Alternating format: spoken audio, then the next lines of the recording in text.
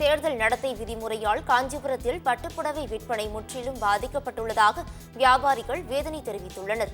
காஞ்சிபுரம் மற்றும் அதை சுற்றியுள்ள கிராமங்கள் அனைத்தும் பட்டு ஜவுளி உற்பத்தி மற்றும் விற்பனைக்கு சர்வதேச அளவில் புகழ்பெற்றவை. இங்கு சுமார் 1000க்கும் மேற்பட்ட பட்டு நெசவு தொழில் விற்பனை நிலையங்கள் உள்ளன. இந்த நிலையில் தேர்தல் நடத்தை விதிமுறையால் காஞ்சிபுரத்தில் பட்டுப்புடவை விற்பனை முற்றிலும் பாதிக்கப்பட்டுள்ளதாக வியாபாரிகள் வேதனை தெரிவித்துள்ளனர்.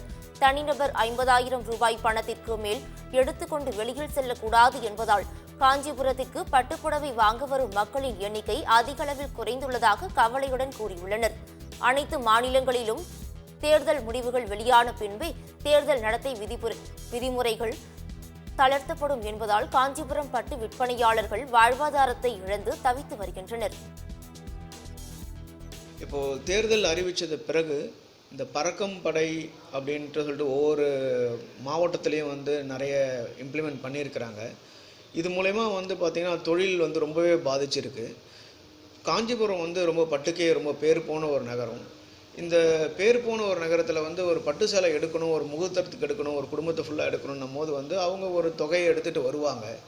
இப்போ அந்த தொகையை எடுத்துகிட்டு வர்றதுக்கே ரொம்ப பயமாக இருக்கிற மாதிரி ஃபீல் பண்ணுறாங்க. இந்த பறக்கும் படை பார்த்திங்கன்னா ஒவ்வொரு மாவட்டத்துலேயும் நிறைய இடத்துல வச்சுருக்கிறாங்க.